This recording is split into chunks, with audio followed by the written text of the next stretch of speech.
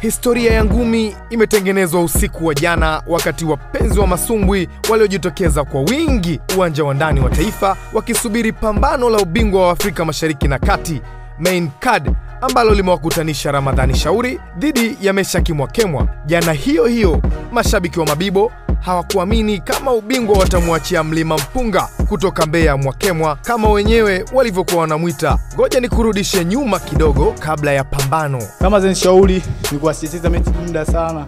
So unapanda mechi tu za kusafiri Kenya, so Ujerumani, Urusi. Ila ningependa kuambia shabiki wangu kwamba Meshaki Mwakemwa ni bondia mzuri. Ila kwamba uzuri wake unitishi kwa sababu nimeanza kucheza ngumi yana Mlima Mpunga Mbeya. Najua mtoto anaongea sana, najua. Kazi yetu sio kuongea, kazi yetu ni kupigana. Mwisho wa siku ukweli utapatikana ulingoni, au sio bwana? Hatuongei, ila ngumi ndo zitaongea pale ulingoni. Okay, na hii sasa ni baada ya pambano, yani jana. Ila kwamba siongei kwa sababu ni bondia na kuongea kipigo kwa sababu kama mimi Shauri. Na bado nitaendelea kipigo. Ili wanachezea kwanza nguvu ni kwenu. Hapa ni akili. Ngumi siku zote ni akili. Ukitumia nguvu bila akili unakuwa ni mpumbavu. Lazima utumie akili ya kuuliza zinafuata. Kwa siongei hadi mashabiki washaona nimeshinda. Basi Mungu ndo anayejua. Nasikia vizuri sana na ndio kitu nilikuwa nategemea kukipata. Ni mazoezi, nimejiandaa vizuri, nimepewa training nzuri na kocha wangu kwa maana. Unajua raha ya ngumi ni yale maneno ya mabondia ya kukera na kuchochea.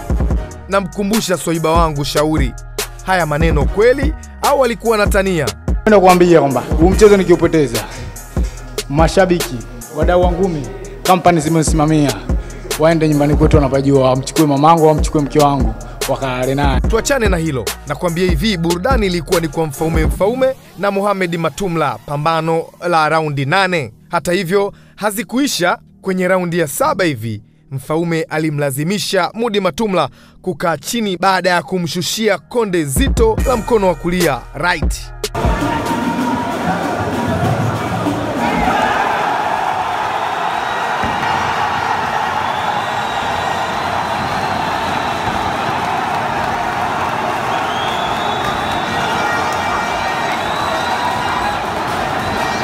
Hata sekunde ya 20 haikumalizika, Matumla hakuweza kuendelea na pambano. Ndipo refa alipovunja pambano na kumpa ushindi Mfaume wa TKO, yani technical knockout. Muda ulivyozidi kwenda na hali ya Matumla ilizidi kubadilika na kuamua kumkimbiza hospitali ya Temeke, ambao nao walimuhamishia hospitali ya Rufaa Muhimbili.